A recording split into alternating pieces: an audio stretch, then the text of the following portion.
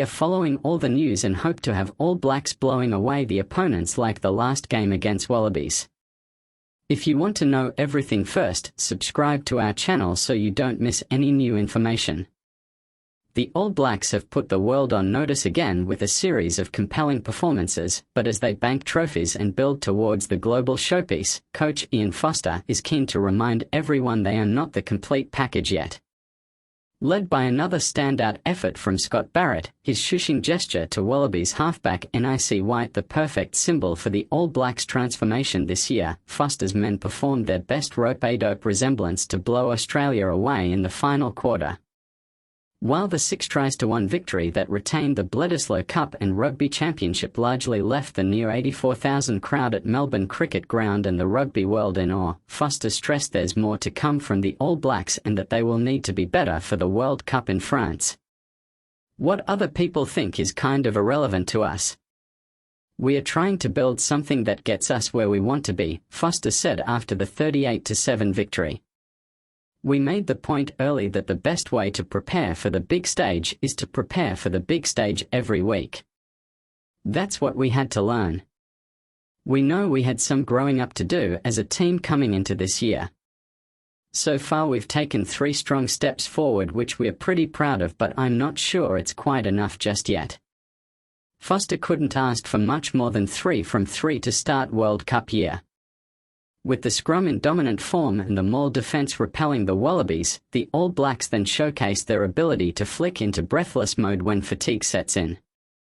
For all their dominance, Foster was, however, quick to note the All Blacks were forced to be patient and find solutions as the Wallabies made a mess of their breakdown and applied serious pressure to start both halves. We were a little bit passive and high. We had a lot of bodies on the ground while they were on their feet, reaching over, causing grief. They really fired up at us and we saw how much it meant to them.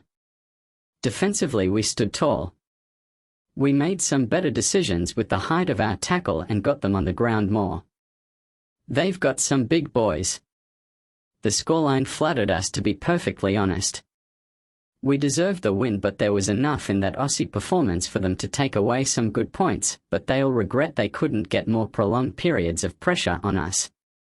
The way in which the All Blacks ruthlessly finished off the Wallabies, scoring 3 tries in the final quarter, reflected the toll of long periods on defence and conceding 2 yellow cards. The All Blacks' tactic of peppering the short side, stretching the Wallabies with their 2-sided attack and forcing the Wallabies to make 251 tackles eventually paid off. The manner of it is pretty pleasing. We got told we hadn't been put under pressure in the first 2 games, and I don't think that was correct.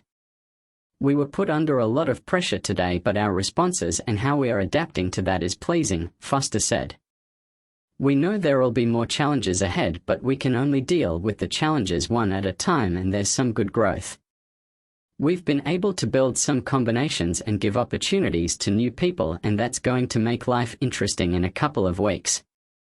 Hurricanes halfback Cam Roigard was the latest to debut off the bench this year after Chiefs wing Emini Narawa in Mendoza and Crusaders prop Tamati Williams against the Springboks. With the Bledisloe secure for a 21st year, Crusaders midfielder Dallas McLeod and Chiefs loose forward Samipini for now will be expected to follow suit in the final home test of the year against the Wallabies in Dunedin next week. We are about growing our game, building, taking strong steps forward and treasuring each week. How we balance that with change is going to be key for us. The message will be clear that we don't want to compromise on performance. We don't believe a test match is ever a dead rubber. Australia will be desperate to grow a performance, and we want to make sure we finish in this part of the world in a very strong space. From an individual perspective, Barrett set the tone early by crunching Wallabies halfback Tate McDermott and continued his workaholic presence throughout. Mark Tellier grew in prominence to reinforce his case to lock down the left wing. Like Foster, though, with France and Ireland on the horizon, stand-in captain Artur Savia is demanding more from the All Blacks. We'll celebrate tonight and enjoy this occasion, but with this group we are never satisfied, Savia said. We are always looking to be better, and there's areas in our game tonight we need to be better. We'll build the edge there. Do you think All Blacks has a high chance to win the Bledisloe Cup? Comment below and tell us what's your thoughts about the cup. Subscribe to our channel so you don't miss any new information. See you on the next video.